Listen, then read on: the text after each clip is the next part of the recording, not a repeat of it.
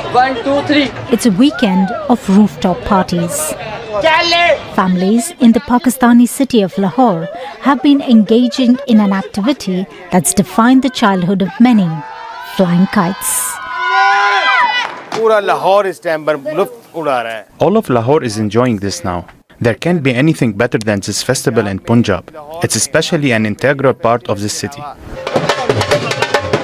The centuries-old Basant festival marks the onset of spring and is celebrated in both Pakistan and India. The province of Punjab banned kites after unsafe flying practices led to traffic accidents, and nylon strings caused severe injuries and even deaths. The restrictions effectively halted Basant celebrations, but the ban was lifted in December. The Basant festival makes us very happy. We are enjoying it a lot. This is the first time it's happened in my lifetime. I'm really excited. I want us to celebrate this festival every year. The festival has led to an economic boom in Punjab. Hotels are fully booked and markets packed with residents and visitors. And with it all, the simple joy of flying kites. اور آپ نے دیکھا ہوگا کہ جو traffic تھی، یہ بھی میں آپ کو بتاتی چلوں، آج جب بریفنگ ہوئی چیف منسٹر کو، اور ابھی تک 7 بجے کا تو جو ڈیٹا ہے تقریباً 10.5 لاکھ گاڑی لاہور میں انٹر ہوئی ہے ایگزٹ اور انٹری پوائنٹ سے، پورے پنجاب سے، اور پاکستان سے بھی، کراچی سے لوگ آئے ہیں. تو اللہ تعالیٰ کا شکر ہے. آپ نے دیکھا ہوگا کہ کیا کمال، کیونکہ چیف منسٹر نے کہا کہ کوئی ٹریفک کنجیشن نہیں ہوگا. سیف سٹی کے اندر پورے ٹریفک کو، پلان کو مانیٹر کیا گیا، اور پورا پلان جو تھا ٹریفک کا اس کو فیسیلیٹیٹ کیا گیا.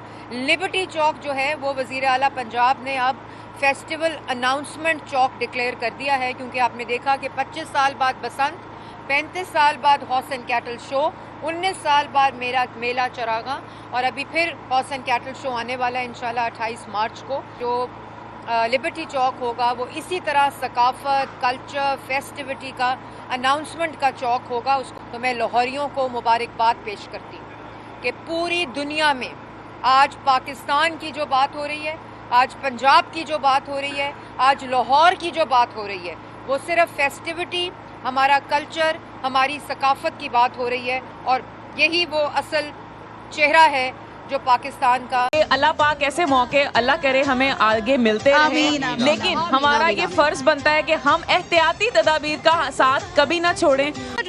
حد نگاہ جہاں تک ہماری نظر جا رہی ہے نا، آسمان پر صرف گڈے ہی گڈے یا گڈیاں ہیں.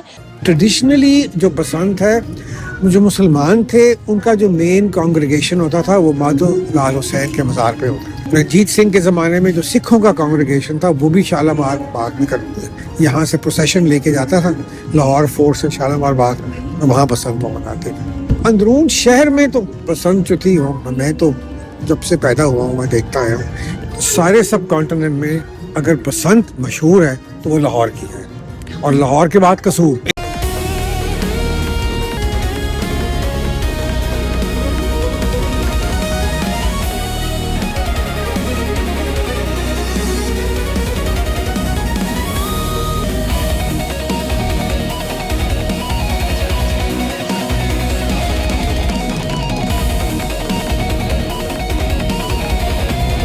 سمجھتی ہوں کہ میں نے جو اعتماد کیا پنجاب کی عوام کے اوپر، لاہور کی عوام کے اوپر، انہوں نے اس اعتماد کی لاج رکھی.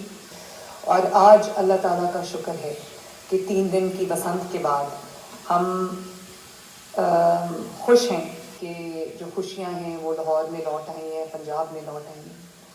ایک بہت انفارچونیٹ واقعہ ہوا اس دوران اسلام آباد میں جو بام بلاسٹ ہوا، اس میں ہم سب کے دل جو ہے وہ افسردہ ہیں، رنجیدہ ہیں، اور اللہ تعالیٰ تمام لوگ جو اس میں شہید ہوئے ہیں اللہ تعالیٰ ان کے درجات بلند کرے، اور جو ان کی فیملیز ہیں، ان کے جو لواحقین ہیں اللہ تعالیٰ ان کو صبر عطا فرمائے. میں نے اپنی ساری جو بسنت ریلیٹڈ ایکٹیویٹیز تھیں وہ کینسل کر دی، کیونکہ میرا دل دکھی تھا، رنجیدہ تھا.